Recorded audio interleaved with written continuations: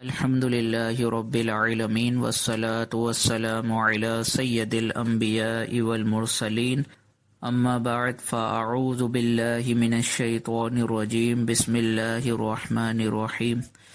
الحمدللہ عز وجل خواتین کی نماز سے متعلق مسائل کا سلسلہ جاری ہے، اور اس سلسلے میں نماز کی شرائط کا بیان ابھی جاری ہے، اور پہلی شرط یعنی طہارت پر ہم نے کلام کر لیا ہے۔ آج کے لیکچر میں انشاءاللہ عز وجل ہم نماز کی دوسری شرط یعنی ستر عورت پر کلام سماعت کریں گے۔ اس سے پہلے کہ ستر عورت کا معنی اور مفہوم اور اس سے متعلقہ مسائل پر کلام کیا جائے، کچھ گزارشات میں بہنوں کی خدمت میں عرض کرنا چاہوں گا، اور وہ یہ ہے کہ اللہ عز و جل نے قرآن پاک میں ارشاد فرمایا خذوا زینتکم عند کل مسجد، یعنی ہر نماز کے وقت اچھی حالت کو اختیار کرو، یعنی زینت کو اختیار کرو۔ اس آیت مبارکہ سے ایک تو علماء کرام نے ستر عورت کی شرط کو ثابت فرمایا، اور دوسرا یہ کہ یہ بھی حکم بیان فرمایا کہ جب نماز پڑھنے کا ارادہ ہو تو نماز سے پہلے اچھی حالت اختیار کی جائے۔ بہنوں کا معاملہ یہ ہے کہ چونکہ بہنیں گھر کے کام کاج کر رہی ہوتی ہیں تو کام کاج کرنے کی وجہ سے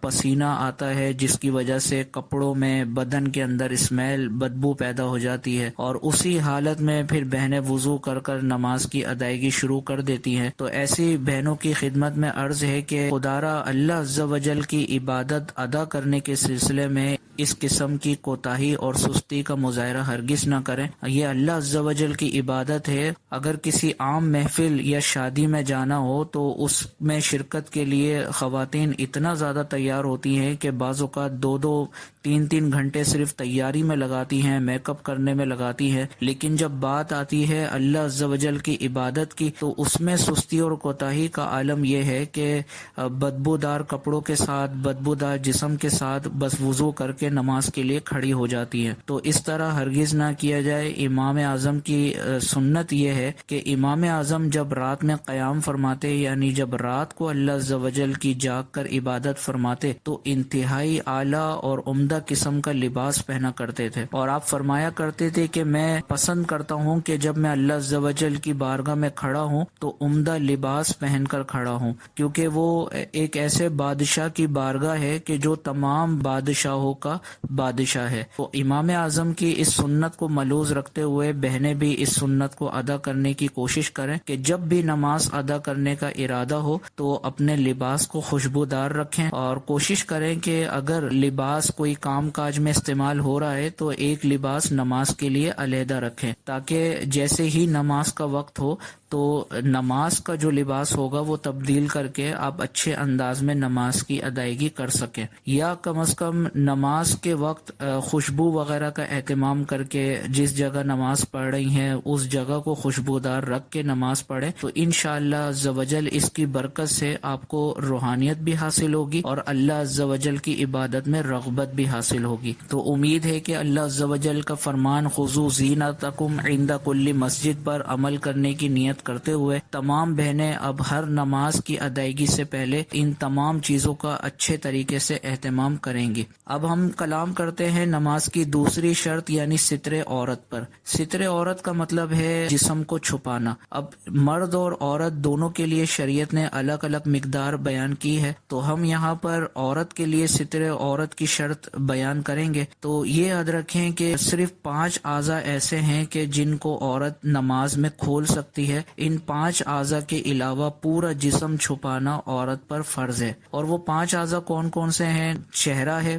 دونوں ہاتھ ہیں، اور دونوں پیر ہیں۔ یہ 5 اعضاء ایسے ہیں کہ جن کو عورت نماز میں کھولے گی۔ ان 5 کے علاوہ جسم کا پورا حصہ عورت پر چھپانا لازم ہے، یہاں تک کہ ان 5 اعضاء کے علاوہ جسم کا کوئی حصہ عورت کا کھلا رہا نماز میں اور 3 مرتبہ سبحان اللہ کی مقدار کھلا رہا تو اس صورت میں نماز ٹوٹ جائے گی۔ مثال کے طور پر عورت کے بال نماز کے دوران نظر آتے رہے اور اتنی دیر تک نظر آتے رہے جتنی دیر میں 3 مرتبہ سبحان اللہ پڑھا جاتا ہے، تو اتنی دیر اگر وہ بال نظر آتے رہے تو اس صورت میں عورت کی نماز ٹوٹ جائے گی۔ اور اگر ایسا ہوا کہ عورت کے بال نظر آئے لیکن 3 مرتبہ سبحان اللہ کی مقدار مکمل ہونے سے پہلے ہی عورت نے ان بالوں کو چھپا لیا دوران نماز، تو اس صورت میں نماز نہیں ٹوٹے گی۔ اس کے بعد اگلا مسئلہ یہ ہے کہ کوئی بھی ایسا باریک لباس یا باریک دوپٹہ جس سے عورت کے بالوں کی رنگت ظاہر ہو یا عورت کے جسم کی رنگت ظاہر ہو، تو اتنا باریک لباس یا باریک دوپٹہ اوڑھ کر یا لباس پہن کر نماز ادا کی تو اس صورت میں نماز نہیں ہوگی۔ تو اس کے پہچان کا طریقہ یہ ہے کہ لباس موٹا ہے یا باریک ہے، اس کے پہچان کا آسان انداز یہ ہے کہ یا تو سامنے والے سے پوچھ لیا جائے ایک مرتبہ کہ اگر آپ کو تھوڑا بہت بھی اپنے لباس میں ڈاؤٹ ہو رہا ہے کہ یہ لباس باریک ہے یا موٹا ہے، یا دوپٹے کے بارے میں ڈاؤٹ ہو رہا ہے کہ یہ باریک ہے یا موٹا ہے، تو سامنے والا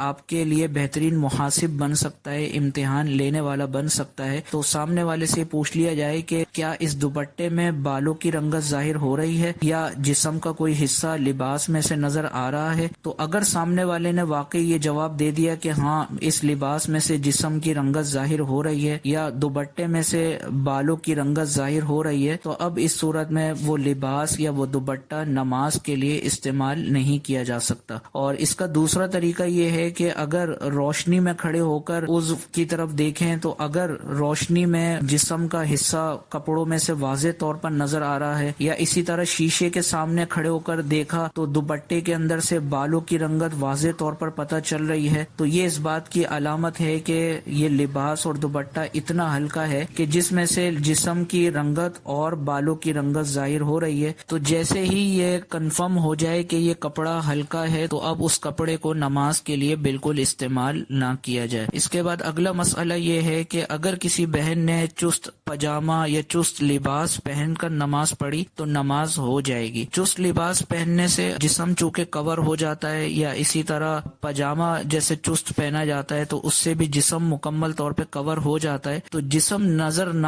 آنے کی وجہ سے ان کپڑوں میں نماز تو ہو جائے گی، لیکن اس میں اگر خرابی آئے گی تو وہ اس وجہ سے آئے گی کہ اگر عورت کسی ایسی جگہ پر چست کپڑے پہن کر نماز پڑھے کہ جہاں پر نامحرم کا آنا جانا ہو اور اس کی نظر پڑنے کا اندیشہ ہو، تو اس صورت میں اگر عورت نے اس مقام پر چست کپڑے پہن کر نماز ادا کی تو وہ گناہگار ہوگی۔ تو گناہگار ہونا ایک الگ معاملہ ہے، نماز کا ہونا یا نہ ہونا ایک الگ معاملہ ہے۔ تو اگر کسی ایسی جگہ پر نماز پڑھ بھی رہی ہے کہ جہاں پر کوئی نامحرم موجود ہے تو وہ اگرچہ گناہگار ہوگی، لیکن جہاں تک نماز کے ہونے یا نہ ہونے کا تعلق ہے تو نماز بہرحال ہو جائے گی۔ اس کے بعد اگلا مسئلہ یہ ہے کہ مرد ہو یا عورت دونوں کے لیے منہ چھپا کر نماز پڑھنا مکروہ تحریمی ہے، اور اگر کسی عورت نے یا مرد نے چہرے کو چھپا کر نماز ادا کی تو یہ مکروہ تحریمی ہوگا اور اس نماز کو دوبارہ لوٹانا واجب ہوگا۔ اب بعض بہنیں یہ سوال کرتی ہیں کہ اگر ہم گھر سے باہر ہیں اور نماز کا وقت آ گیا اور وہ بہن بھی سخت پردہ کرنے والی ہیں، تو اب وہ سوال یہ کرتی ہیں کہ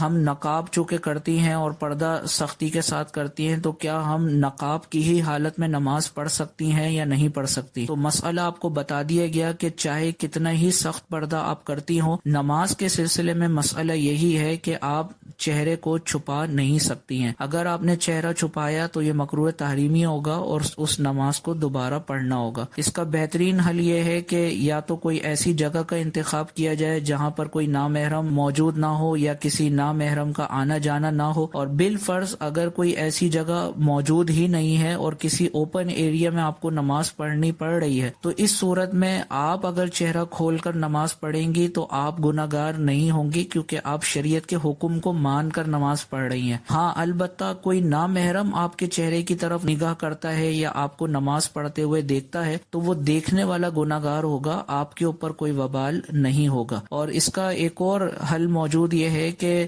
بہنیں کوشش یہ کریں کہ ایسے وقت میں گھر سے باہر ہی نہ نکلیں کہ جن اوقات میں نمازوں کا وقت آ رہا ہو، ورنہ اس طرح کی آزمائش کا سامنا کرنا پڑے گا۔ گھر سے نماز پڑھ کے ایسے وقت میں نکلیں کہ جس میں نماز کافی وقت کے بعد آئے اور دو نمازوں کے درمیان وہ اپنے کام کو مکمل کر کے گھر واپس آ جائیں۔ مثال کے طور پر جیسے ظہر سے عصر کا وقت یہ کافی طویل وقت ہوتا ہے، تو اگر کسی بہن کو باہر جانا ہے تو وہ ظہر کی نماز گھر پر ادا کریں اور پھر وہ باہر نکلے، تو اب اس میں آسانی یہ ہوگی کہ عصر کی نماز سے پہلے پہلے وہ اپنے کام کو مکمل کر کے گھر پہنچ سکتی ہیں۔ لیکن اگر آپ نے عصر کی نماز گھر سے پڑھ کر اور آپ باہر نکلیں تو مغرب کا وقت تو بہت قریب ہوتا ہے، تو باہر نکلنے کے بعد پھر یہ آزمائش ہوگی کہ مغرب کی نماز آپ کو باہر کسی جگہ پر پڑھنی ہوگی۔ اور اسی طرح اگر عشاء کی نماز کا وقت بھی آ جاتا ہے تو عشاء کے وقت میں بھی آزمائش پیدا ہوگی۔ تو کوشش یہ کریں کہ گھر پر نماز کی ادائیگی کر کے اور پھر آپ